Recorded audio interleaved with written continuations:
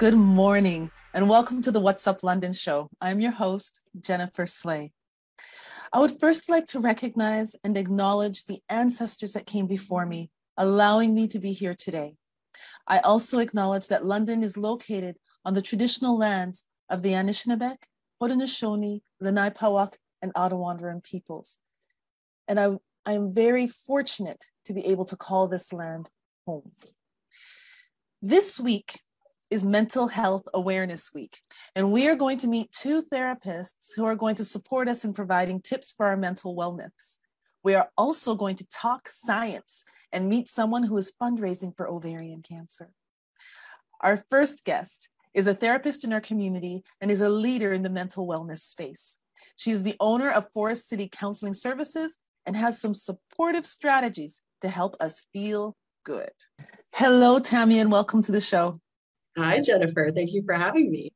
No problem.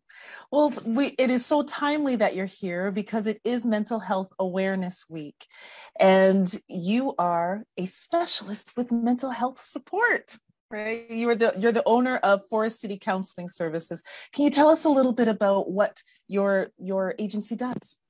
Sure, absolutely. So we provide psychotherapy counseling for individuals, couples, and families. We specialize with people who have been injured in motor vehicle accidents, but we also see people who have not been involved in motor vehicle accidents, so other traumas. We're getting a lot of referrals right now, obviously for anxiety, depression, trauma, PTSD. Yeah, there's been a huge intake.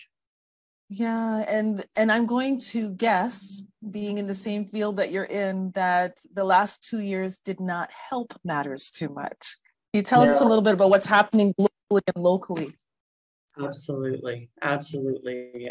You show me somebody who hasn't been affected by COVID-19 or political unrest or even what's happening in Ukraine, globally, and then locally, people having this housing shortage or the housing crisis, right? Cost of food is going up, cost of gas is going up, people are working from home, some partners are really great at being together 24/7. Other partners are not great at being together 24/7. So we're getting a lot of referrals for couples counseling and just trying to deal with everything that's been happening over the last couple of years. Yeah. And I one of the things that I've noticed is that there's a lot of anxiety.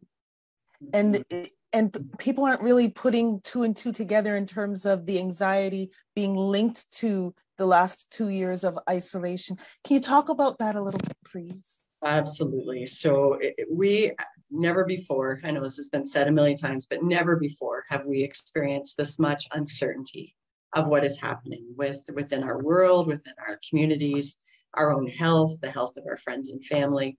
So this uncertainty is absolutely cranking up anxiety in people. It's worry. It's worry about the future. I don't know what's happening. I don't know what's going on. What am I going to do about it? I feel out of control.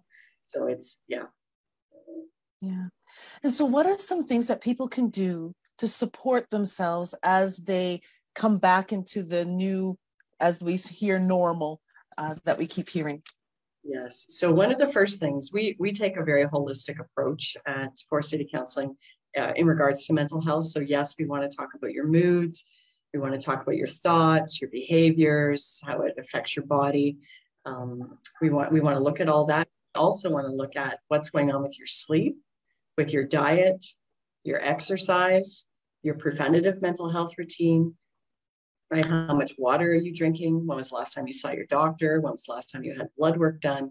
So we really want to take a look at all of those systems because if those systems aren't running optimally, they absolutely can be contributing to your inability to emotionally regulate, which can show up as irritability, right? And if I'm irritable, I can't control my emotions around my family.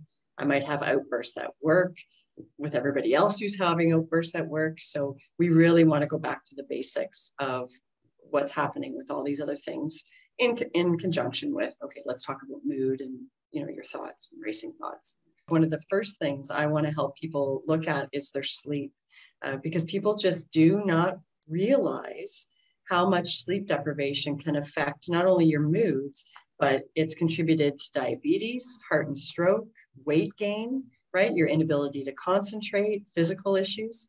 So it's one of the first things that I start talking to people about, but I form board them. I tell them, okay, I'm going to start asking you about your sleep, but don't think that this is too odd because it is tied in. So it's one of the first things we start looking at. Yeah, because when you're sleeping, it's like that battery that's recharging, right? Your body is getting rid of all the toxins of the day, all the stuff that it doesn't need. It's repairing things. And when it doesn't have that opportunity to do that, then you're kind of like survival mode all the time. Right. And it's carrying over day after day after day. So some people mistaken, they think, oh, I'll wait to the weekend to catch up on my sleep. But that's not how it works, right? If you're waiting to every weekend, you're just going to have this accumulation of sleep deprivation. Thank you so much for what you do. You're very welcome. Thank you for having me.